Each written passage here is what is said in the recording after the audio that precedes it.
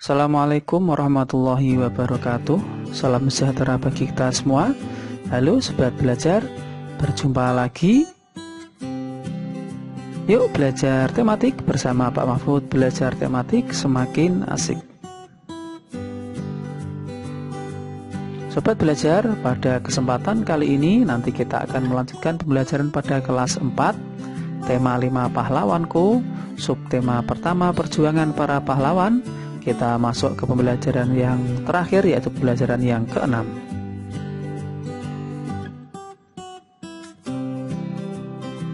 Selanjutnya, pembelajaran ke-6 ini termuat muatan pelajaran PPKN dengan KD 3.1. Kemudian ada Bahasa Indonesia dengan KD 3.7.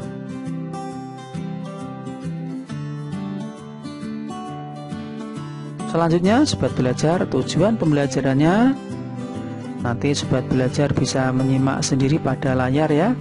Apa saja tujuan pembelajaran yang akan kita capai pada video pembelajaran kali ini. Langsung saja sobat belajar, kita mulai pembelajaran hari ini. Sudah siap? Tetap semangat ya. Tahukah kamu siapa lagi pahlawan yang berjuang untuk mempertahankan wilayahnya? Bagaimana sifat perjuangan pahlawan tersebut?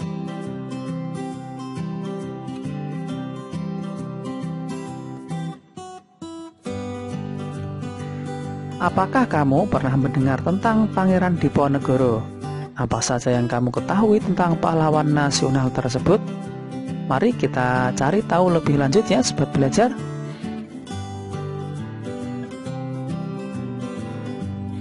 Kita akan membaca tentang bacaan Pangeran Diponegoro. Setelah kekalahannya dalam peperangan era Napoleon di Eropa, pemerintah Belanda yang berada dalam kesulitan ekonomi berusaha menutup kekosongan kas mereka dengan memperlakukan berbagai pajak di wilayah jajahannya, termasuk di Hindia Belanda.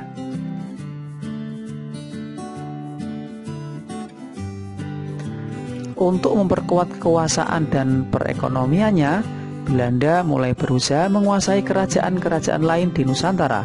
Salah satu di antaranya adalah Kerajaan Yogyakarta. Pada pertengahan bulan Mei 1825, pemerintah Belanda yang awalnya memerintahkan pembangunan jalan dari Yogyakarta ke Magelang lewat Muntilan, mengubah rencananya dan membelokkan jalan itu melewati Tegalrejo.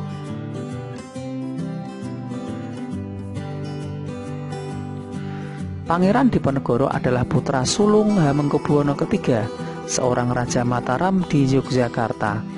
Rupanya pembangunan jalan yang dilakukan Belanda tepat melintasi makam dari leluhur Pangeran Diponegoro. Pangeran Diponegoro tersinggung karena Belanda ingin membangun jalan tapi melewati makam leluhur dari Pangeran Diponegoro.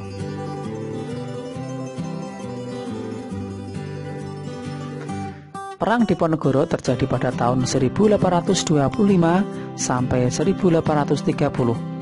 Perang Diponegoro merupakan salah satu pertempuran terbesar yang pernah dialami oleh Belanda selama masa pendudukannya di Nusantara.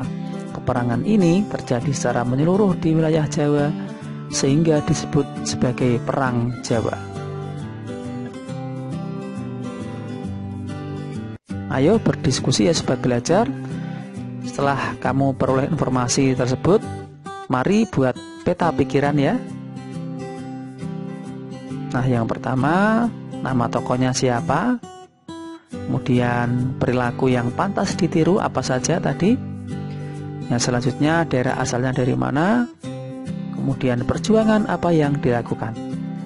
Mudah ya sobat belajar? Mari kita bahas bersama-sama ya. Nama tokohnya tentu sudah tahu dan masih ingat, yaitu Pangeran Diponegoro. Kemudian perilaku yang pantas ditiru yaitu berani dan pantang menyerah. Daerah asalnya dari Yogyakarta. Kemudian perjuangan yang dilakukan perang melawan penjajahan Belanda.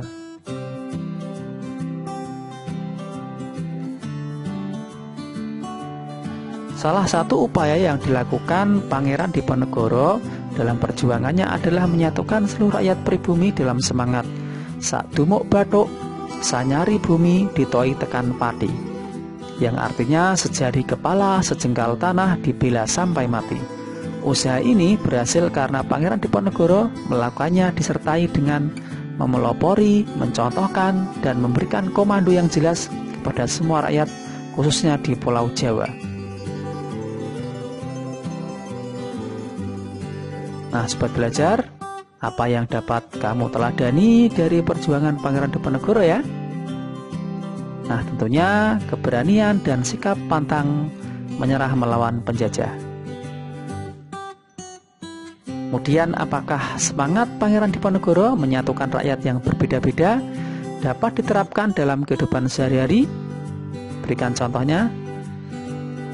Nah, dalam kehidupan sehari-hari, semangat Pangeran Diponegoro dapat diterapkan misalnya dalam memimpin warga yang berasal dari berbagai macam suku bangsa. Kemudian sejalan dengan sila berapakah sikap Pangeran Diponegoro tersebut? Apakah kamu menemukan sikap lain yang mencerminkan sila-sila dalam Pancasila yang bisa diteladani dari Pangeran Diponegoro? Tindakan yang dilakukan Pangeran Diponegoro sejalan dengan sila ketiga Pancasila, yaitu Persatuan Indonesia. Nah, sobat belajar, demikian video pembelajaran kali ini. Kalian bisa mengunjungi channel dari Pak Guru jika ingin melihat video-video pembelajaran yang lainnya. Jangan lupa dukung channel ini dengan cara like, share, and subscribe.